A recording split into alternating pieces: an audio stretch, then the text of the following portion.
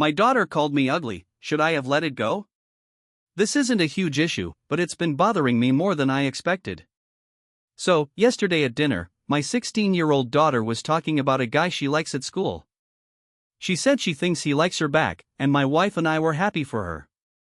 I support her liking anyone who treats her well and makes her happy.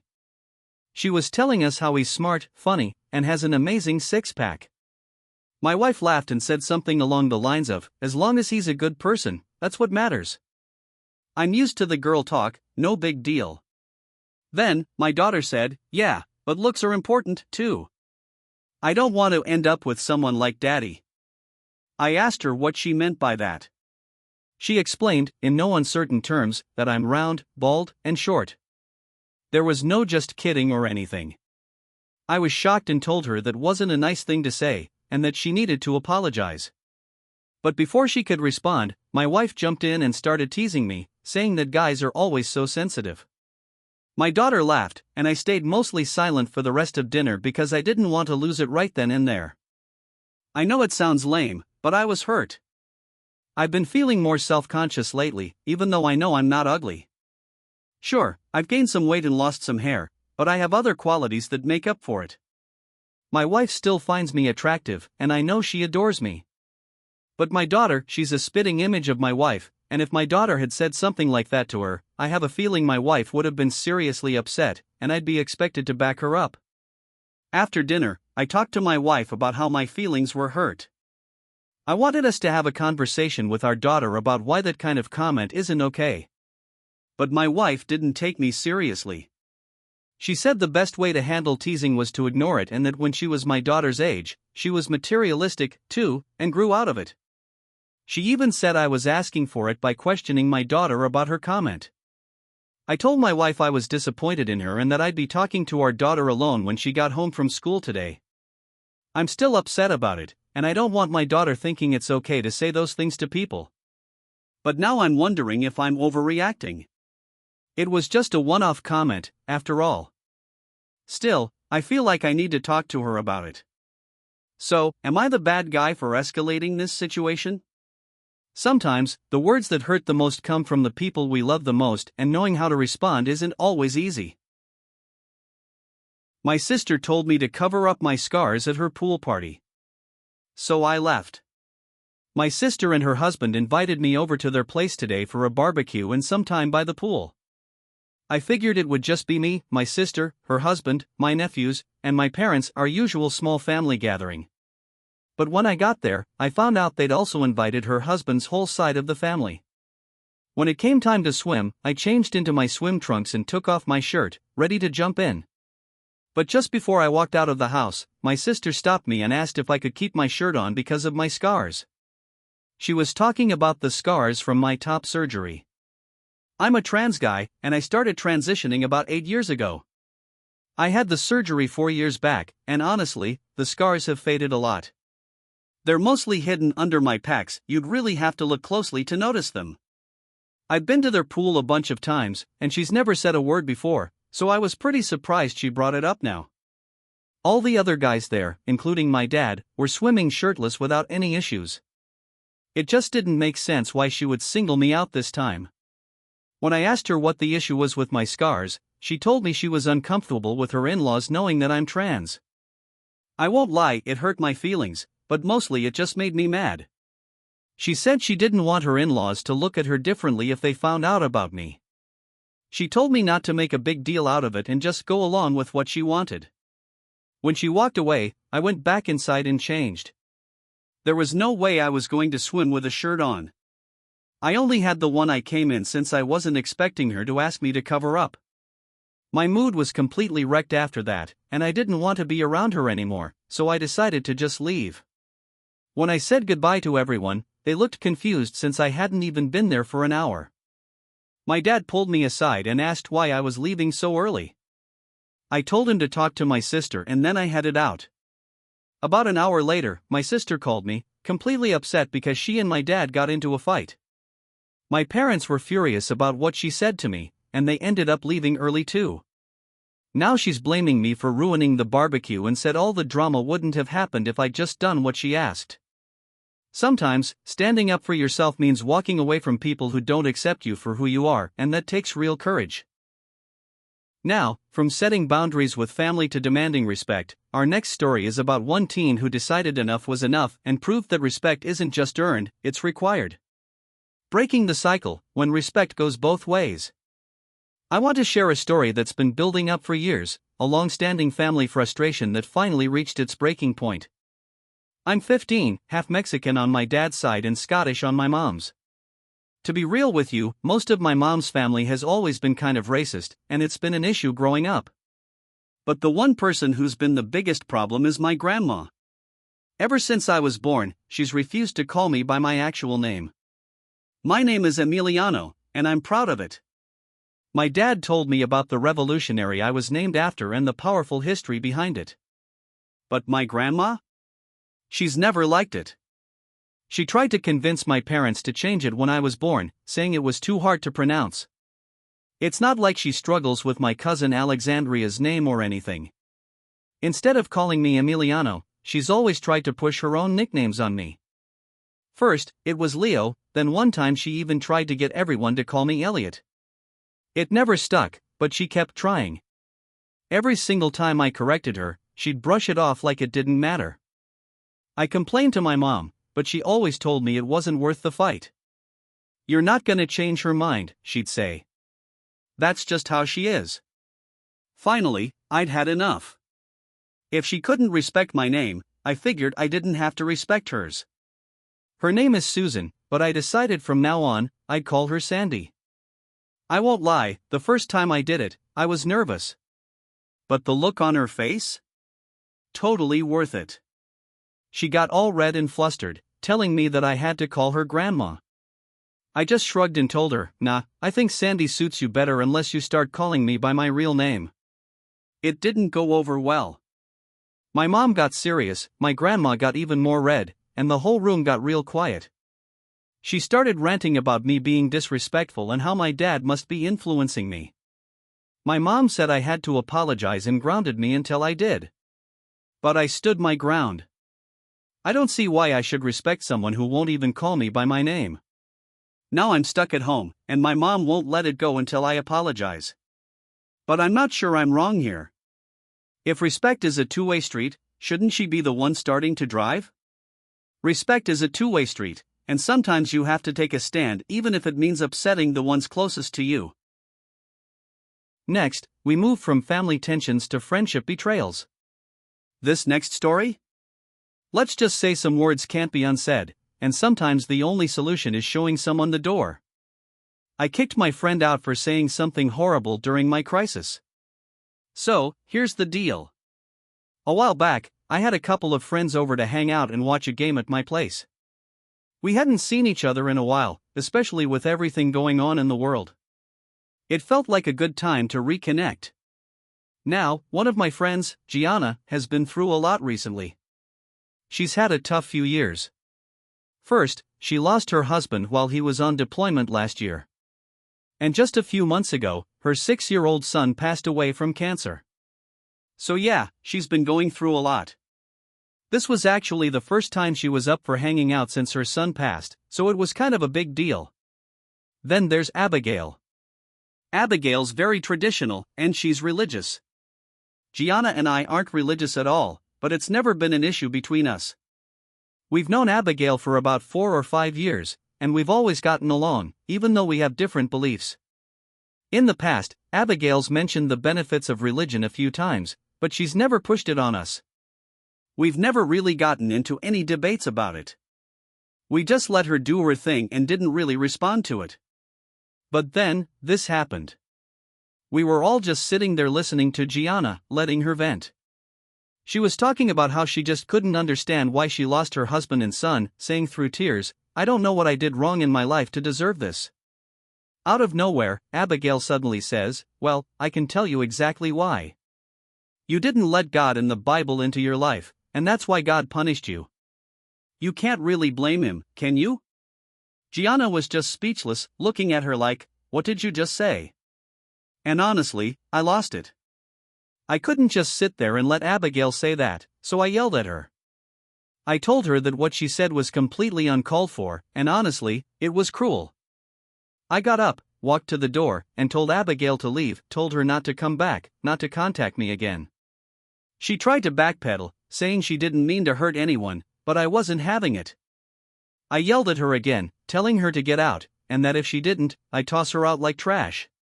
She finally left, and by that point, Gianna was a mess, crying.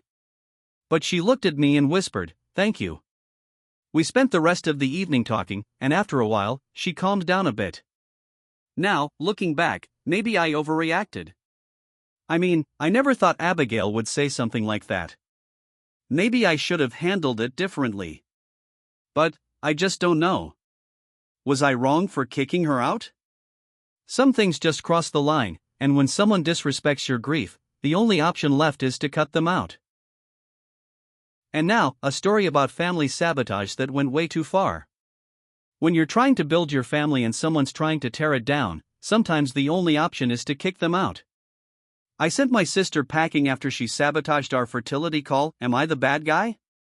I never imagined I'd have to boot my own sister out of my house, but here we are. Ever since my wife and I decided to expand our family through sperm donation, my sister, who's been crashing with us since July when her boyfriend kicked her out, has been making every attempt to derail our plans. She'd hover around our daughter, Bella, planting doubts in her head about whether she really wanted siblings, even though Bella always lights up at the idea. Then today, during an important video call with the fertility clinic, our Wi-Fi kept cutting out, and on the third drop, my wife caught our sister yanking the router's power cord while 7-year-old Bella tried desperately to plug it back in. When we confronted her, she just sneered that she only wanted what was best for her daughter, completely forgetting that Bella isn't her child. That was the last straw. I calmly told her she needed to stay with our parents, and my wife drove her over without another word. Later, she called begging to come back, and even mom and dad sided with her, but I stood firm. It felt harsh, but I couldn't let her sabotage something so important to our family. Now she's accusing me of being the bad guy for sending her away after one fight. Am I really in the wrong here? Protecting your family sometimes means drawing hard lines, and sometimes, that means sending even your own blood packing. Now, we switch gears to a story where boundaries weren't just crossed, they were bulldozed. When family sees your credit card as their personal lifeline, sometimes you have to slam the brakes hard. My brother and sister-in-law tried to use my credit card. Did I overreact? So, I'm a 23-year-old woman. I don't know much about finances yet, since I still live at home while finishing university. But I do pay my parents around £300 a month for rent, cover my own phone bill, buy what I need or want, and try to put some money aside for savings. Right now, I'm saving up for driving lessons, hoping I can eventually use that money toward a car. I'm in my final year of university, and once I'm done, I plan to work full-time. Recently, I decided to get a credit card to start learning how to manage credit and build my score. It's pretty good for my age, but still nothing special. I've only used the card a couple of times for small purchases, just about £80 so far, and I've paid it off quickly. I never plan on using more than £100 on it, especially since I've heard so many horror stories of people racking up debt because they get carried away with spending.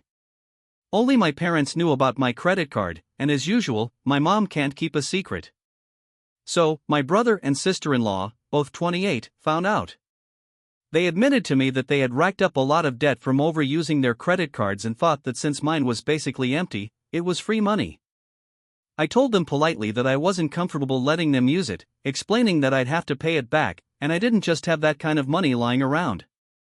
Everything was quiet for a while, but then a few days later, they showed up at my house and started demanding that I let them use the card. They even tried to get my mom to guilt-trip me into it. I was furious. When my brother said I owed it to them because they had babysat me when I was younger, I couldn't help but laugh and walk out. Later, I found out that they had tried to manipulate my dad into letting them use it, and he kicked them both out. Then my mom tried to pressure my dad, and he told her to leave, too.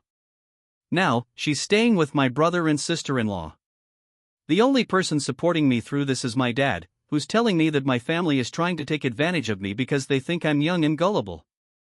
Meanwhile, my brother, sister-in-law, and mom all think it's no big deal to let someone else use my card. It's really messing with my head, and I just want everything to stop. So, am I the bad one here? Setting boundaries isn't always easy, but when people try to use you, sometimes saying no is the kindest thing you can do for yourself. Now imagine fighting for your daughter's well-being, even if it means making a decision that changes someone else's life forever. This next story is about a dad who put his daughter first, no matter the cost. My ex-girlfriend Scarlett and I share a 16-year-old daughter named Penelope. About 4 years ago, Scarlett was in a terrible accident that left her wheelchair-bound. The whole experience was brutal, not just for her, but for both of us. I tried to support her as best as I could, but as time went on, the resentment grew. She got angry whenever I did anything physical, working out, playing sports, even simple things like going for a jog. It got so bad that I just stopped doing those things entirely. We tried counseling for a year, but it didn't make things any better. Eventually, we broke up. Since Penelope was born, I had been paying for private insurance for all three of us, me, Penelope, and Scarlett. Even after the breakup, I kept Scarlett on my plan because I knew she couldn't afford her treatments without it. I wanted her to be okay, not just for her own sake but for Penelope's too. I didn't want to see either of them suffer. For a while, everything seemed stable, even with our 50-50 custody arrangement. I wasn't paying child support, but I still kept her insured. I didn't want to strip away that support, even if we weren't together. But then things started to change. About 6 months ago, Penelope came to stay with me for a while, and I noticed something was off. She seemed depressed, and she'd put on weight, not a lot, but enough to be noticeable. It was weird because Penelope does ballet and usually stays pretty active. After some gentle prodding, Penelope finally broke down. She told me Scarlett had forbidden her from doing ballet because Scarlett used to Christopher's, and apparently, seeing Penelope enjoy it was like rubbing salt in the wound. It wasn't just ballet either. Scarlett had stopped her from doing any kind of physical activity, claiming it was some kind of personal attack. With everything that had happened, quarantine only made things worse. Penelope admitted she was scared to even walk around her own house. She stayed locked in her room most of the time, only coming out to grab something to eat. When she begged me to go to court for full custody, I knew something had to change. The thing is, in my state, getting full custody is nearly impossible unless you can prove the other parent is unfit. That's when I made the decision. I dropped Scarlett from my insurance. I knew it would hurt her, but I also knew it was the only leverage I had. Penelope stayed with me for the next 6 months, and Scarlett's situation got worse. She wiped out her savings, couldn't afford treatments, and struggled to even buy essentials for herself or Penelope. I took the opportunity to apply for sole custody, and with Scarlett's financial issues and Penelope's testimony, the judge granted it. Scarlett got supervised visitation, but I got full custody of my daughter. I'm not blind to what I did. I cut off medical insurance from a woman in a wheelchair, someone who was already struggling. But I also know I did it for Penelope, to give her a safe and healthy environment.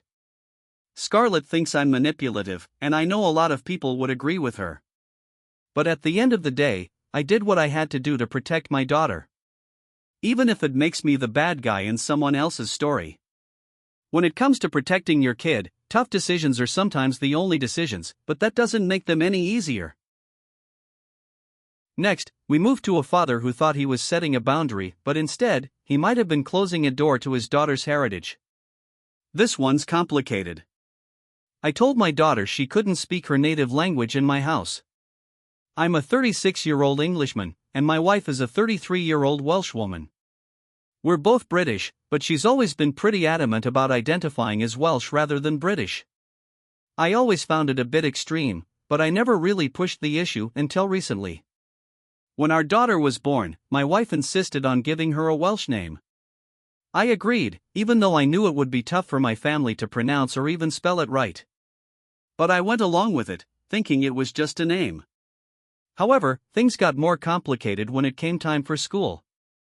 The only primary school in our area is a Welsh medium school, which means my daughter learns everything in Welsh. I was fine with it at first. I mean, I couldn't help her with homework, but my wife handled that part, so it wasn't really a big deal. But then my daughter started speaking Welsh more often, especially around my wife's family and her friends. I asked her to stop speaking it at home, especially when I was around, because I couldn't understand a word she was saying. My wife, of course, told me I was being incredibly rude and that I was stifling her ability to embrace her culture. I disagreed. I mean, how is it her native language when her father doesn't even speak it? My wife kept insisting that I should learn Welsh, and she even offered to pay for the lessons and help me study. But I just don't see the point. Welsh is basically a dead language. We all speak English anyway, so why complicate things? I thought we had an understanding, but clearly, I was wrong. Now she's saying I'm a bad father for not supporting our daughter's bilingualism, and she keeps calling me a nationalist. But is it really that unreasonable to want to speak the same language as my own daughter in my own house? I don't think so. Sometimes, holding on to your values means letting go of control, but when culture clashes at home, finding balance can be the hardest part. And now, a story where pride, money, and a past career collide. When your partner wants you to sell the one thing you worked hardest for, what would you do? My fiancé wants me to sell my flat bought with stripper money, am I crazy? I spent several years Christophersing on stage, and honestly, I never felt ashamed of it. I only left when I landed a better paying gig. During that time I survived on next to nothing, a grimy little studio, instant ramen dinners, and hand-me-down clothes from thrift shops. All my coworkers bragged about scraping together enough cash to buy their own places, so I adopted that same ruthless saving mindset. By the time I walked away from the pole, I'd somehow managed to stash enough to purchase a spacious 3-bedroom flat outright. At first I leased out the extra rooms long-term, but after a string of nightmare roommates, I switched to short-stay bookings instead. Then, about a year and a half ago, I met this incredible guy and we've been inseparable ever since. He knows exactly where my money came from and says he doesn't care, though I did ask him to tell his family I'd worked as a waitress, which isn't really a lie. A month ago we discovered I'm 2 months pregnant, and he was over the moon at the news. He floated the idea of moving in together, and I naturally assumed he'd join me in my flat. After all, I own it, it's big enough for a nursery, and his 1-bedroom rental couldn't handle a baby. I love that place, it's my safety net, proof that I hustled hard and saved every penny, and the thought of giving it up to rent again or take out a new mortgage feels impossible. So I was stunned when he told me he didn't want to move in with me. Instead, he wanted me to sell my flat so we could buy a fresh home together. I reminded him that this flat represents years of sweat, sacrifice, and pride, and means far more to me than any shared mortgage ever could. He said he understood, but insisted that by the time our baby arrives, we should start anew, and he didn't want to live in a home purchased with stripper money. That really hurt, because up until now he'd never batted an eye at my past. I refused to give up the security I'd earned just because he suddenly felt awkward about where my savings came from. He argued that selling would free up extra cash to invest in a joint property, but I pointed out it would still be my hard-earned earnings doing all the heavy lifting. He claimed there was a real difference and stormed off back to his rented 1-bedroom without a word. Later, he texted me that I was overreacting and needed to be more pragmatic, still pushing hard for the sale and the move. He also said that since he isn't on the deed, he'd never feel truly at home in my flat, and that made him uneasy about raising our child there. Now I'm starting to wonder if I'm the unreasonable one. My sister actually sided with him, so 2 out of 3 people I trust think I'm in the wrong. Am I really being too stubborn when we should be teaming up to prepare for our baby? Letting go of your security for someone else's comfort isn't always an easy choice, and sometimes, it's not a choice you should have to make. Now for a story that's raw and heart-wrenching. Imagine being asked to make the ultimate sacrifice for someone who accused your loved one of a crime. What would you do if you found out that decision changed everything? I refused to donate my liver, then he died? I'm a 24-year-old guy dating a 23-year-old woman. She works at an auto shop, and her boss, who's also a close friend in his 50s, desperately needed a liver transplant. He'd been stuck on the waiting list for ages with no progress, so a group of us volunteered to get tested, and I turned out to be a match. We were all ecstatic at the thought of a direct donation finally happening. Then, just 1 week before the scheduled surgery, the police showed up at our door to arrest my girlfriend. Her boss had accused her of stealing thousands, both from a bank account and the shop's cash box. They even played us CCTV footage showing her reaching into the box, pulling out money, and walking away. They slapped her with 15 separate accusations over 15 days, but admitted they had no real proof of how much was taken or evidence she'd accessed any bank accounts. The cops said they suspected insurance fraud and needed someone to pin it on. I called the transplant coordinator at the hospital immediately and pulled out of the donation. My girlfriend got a new job, the case finally went to court, and 6 months later everything was dismissed. A week after that, we heard the boss had passed away. Nobody else matched his blood type, and after the scandal spread, even fewer volunteers came forward. The transplant list ran out of time. I feel like I allowed someone to die, like I murdered him by letting a petty accusation derail everything. My girlfriend and our friends tell me I did the right thing, that I couldn't risk my own health for someone who'd accused her of a crime. But his family and friends have been hounding us non-stop, calling me the worst kind of person for refusing to donate anyway. They say I should have been a hero, regardless. Part of me wonders if I should have gone through with it, but who really wants to give up part of themselves for someone who might have sent their loved one to jail? I didn't want to face major surgery risks for someone who didn't care about us, but still, someone died because of my choice. Now I'm losing sleep, torn between guilt and a sense that I did protect myself and my partner. So, am I the bad for backing out of donating my liver to the guy accusing my girlfriend of theft, only to have him die afterward? Edit: it turns out my girlfriend never stole anything, she was just doing her job handling change in invoices. His wife later admitted she'd been skimming money and used the footage to falsely frame my girlfriend. Well, those are the ones that define who you are. Whether it's standing up to family, setting boundaries with friends, or holding on to what you earned, today's story showed us that sometimes, the hardest decisions are the right ones. Let me know which one hit you hardest, don't forget to like, subscribe, and I'll see you in the next one.